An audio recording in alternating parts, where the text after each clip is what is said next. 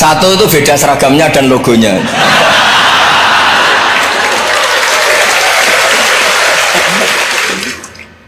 Kedua, nama ketua umumnya. Ketiga, tanggal acara besarnya. Muktamar Muhammadiyah dan NU itu beda. Sudah beda satu abadnya. Tentu dulu Muhammadiyah. Tapi begini ya, perbedaan itu nggak bisa dihindari karena tadi ada sudut pandang apa? Ada sudut pandang itu nggak bisa dihindari. Ini cerita yang nyata ya. Saya ulang lagi, senyata-nyatanya. Andaikan betul Rasulullah itu hanya kunut 1-2 kali, maka kalau menurut mazhab Syafi'i, apa salahnya melakukan sunnah terus-menerus meskipun Nabi itu melakukan hanya beberapa kali? Karena pertama, sesuatu yang pernah dilakukan Nabi pasti akan menjadi sunnah yang terus-menerus. Nabi itu puasa Senin Kamis juga tidak selalu. Salah kalau ada orang bilang Nabi malah takut kalau ibadah sunat dilakukan terus-menerus karena nanti takut dikira wajib. Itu masyhur dalam kaidah usul fikih. Tapi yang tidak kunut juga tidak salah karena ya tadi Nabi ya pernah kunut, Nabi juga pernah tidak kunut karena Nabi nya orang banyak. Karena bukan Nabi kelompok tertentu, no? Jadi sederhana. Terus menyangkut ini dengerin betul ya, sujud. Sujud itu banyak ulama yang mengatakan untuk sah itu harus melibatkan 7 anggota. Umirtu an asjuda ala sab'ati azumin al jabha wal yaden warubaten wal qadamen. Saya diperintahkan sujud itu melibatkan 7 anggota, yaitu jabha, yaden 2 tangan, 2 lutut, terus 2 qadamen. Tapi Imam Syafi'i ngendikan andaikan ada pendapat yang mengatakan ukurannya cukup jabha, maka itu juga benar. Karena Nabi ketika sujud ngendikan sajadalaka wajhi wa sam'i wa basori. Ya Allah telah sujud ke engkau wajah saya, jabha saya. Nabi tidak menyebut tangan, tidak menyebut rubaten, tidak menyebut qadamen. Ini wajah dua wajah, ukurannya itu hanya jabha. Itu kayak iya kayak enggak. Nah hal-hal seperti itu yang menjadikan ada ijtihad. Ijtihad itu satu pemikiran yang cara sudut pandang itu kayak iya kayak enggak. Nah itu terus ada al-madhaibul arba'ah. Terus ketika implementasi di Indonesia dulu Mbah Ahmad Dahlan juga ngaji Mbah Soleh Darat, Mbah Hasyim Asy'ari juga ngaji Mbah Soleh Darat. Ketika di Mekah sama-sama ngaji Syekh Khotib Minangkabau, sama-sama ngaji Syekh Mahfud Termas. Jadi ya kalau di keluarga kita itu ya biasa aja, perbedaan-perbedaan itu selama masih ilmiah dianggap biasa. Karena memang ngelola sudut pandang itu nggak bisa ditertibkan. Nabi Yahya itu suka berkawan orang soleh karena berkawan orang soleh itu enak. Tapi kalau Nabi Isa suka dadani desa-desa tertinggal yang masih macem-macem. Ketika ditanya kenapa engkau suka berkawan orang-orang gitu, ana tabibun udawil mardo, di mana-mana kiai itu ya nyembuhkan yang sakit.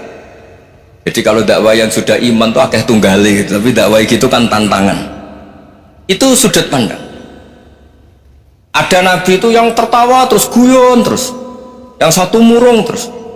Ya sama Nabi Isa dan Yahya kan satu angkatan. Mali aroka dohikan fakaan nama tak manumin makrillah. Kamu kok tertawa-tawa terus seakan-akan nggak ada adab saja.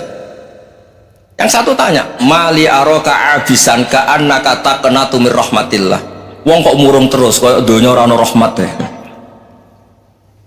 Nah dia ini orang hebat. Guyu banter ya iso, nangis banter ya iso. Nah itu sudah orang kombinasi itu. Isa ya mau, ya mau, Muhammadiyah ya gelem, NU ya gelem. Ya maksudnya sudah biasa aja.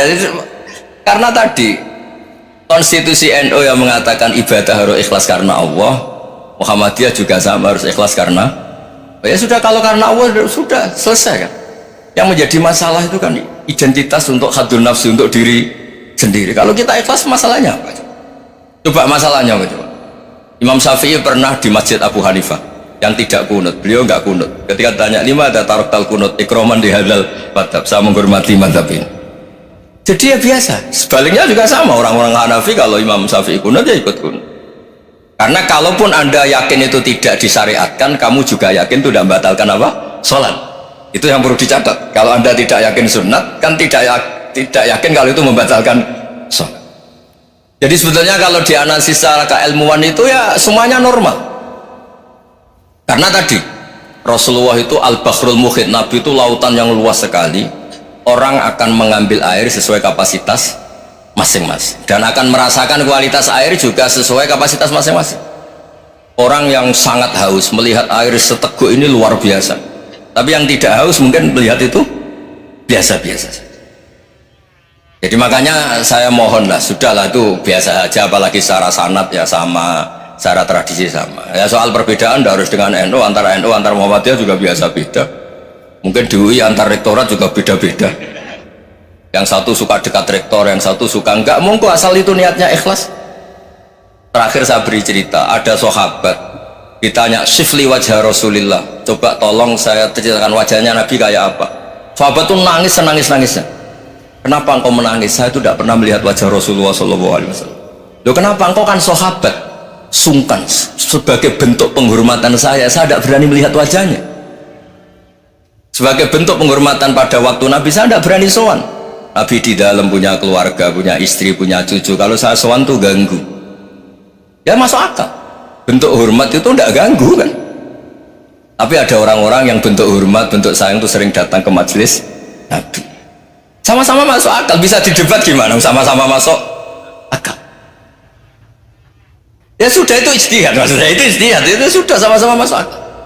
Abul Hasan Asyadili itu kalau kemana-mana pakai mobil mewah, pakai baju mewah. Ketika ditanya, Anda ini ulama kok pakaiannya mewah, mobilnya mewah, dan uang rakyat kepikiran nyangoni ya.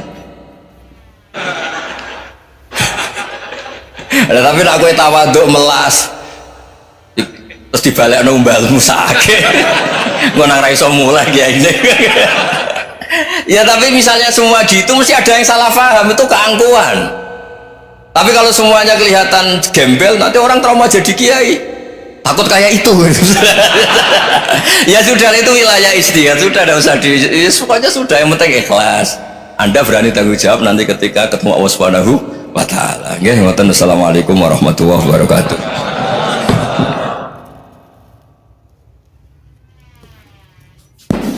Terima kasih Gus Baha. Kita syukuri bersama para jamaah dengan alhamdulillahirabbil alamin. Wassalamualaikum warahmatullahi wabarakatuh.